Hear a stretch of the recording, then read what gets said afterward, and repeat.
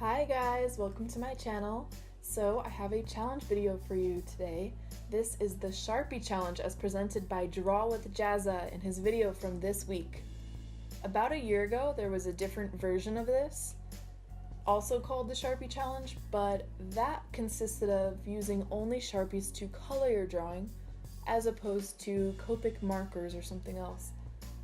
Jazza's version is a little more difficult because you are only allowed to use Sharpies, so no pencil, no pen, only permanent ink. And I decided I had to do it. I haven't seen anyone else do this challenge yet. So first I went in with a lighter pink Sharpie to get my basic lines and shapes down on the paper. And I didn't use a reference for this face, I just drew it in my usual style. And it's obvious that I did not use a reference for the flowers. It's basically just the flowers you draw when you're 5, where it's 5 petals in a circle, but that's okay. So any lines that I liked, I went over with magenta. So I used magenta for my final line work and to color the hair and lips and for the very deepest shadows.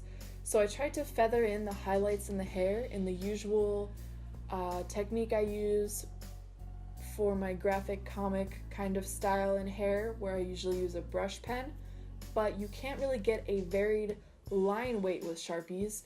You can a little bit, but not a whole lot. So that didn't work out as well as I wanted it to, but when I deepened the darkest parts of the hair by just layering more and more magenta, I found that it started to work a little bit better.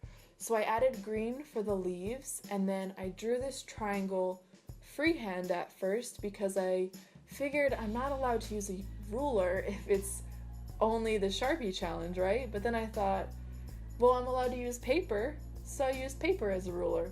In my opinion, this is not cheating. The only tool I'm using is a Sharpie, and I'm using paper, so it's fine, right?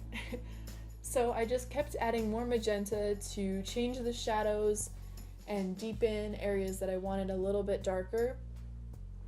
One of the good things about Sharpies is if there's a detail you don't like so much, you can kind of just make that whole area a shadow and block it all in with color. I liked the paper I was using for this quite a lot. It's the Canson XL Mixed Media Sketchbook. So it caused the ink to kind of feather and bleed a little bit, which was bad for fine lines and details like the feathering effect in the hair, but it was good for blending the color because the ink just kind of blended itself almost like a Copic marker.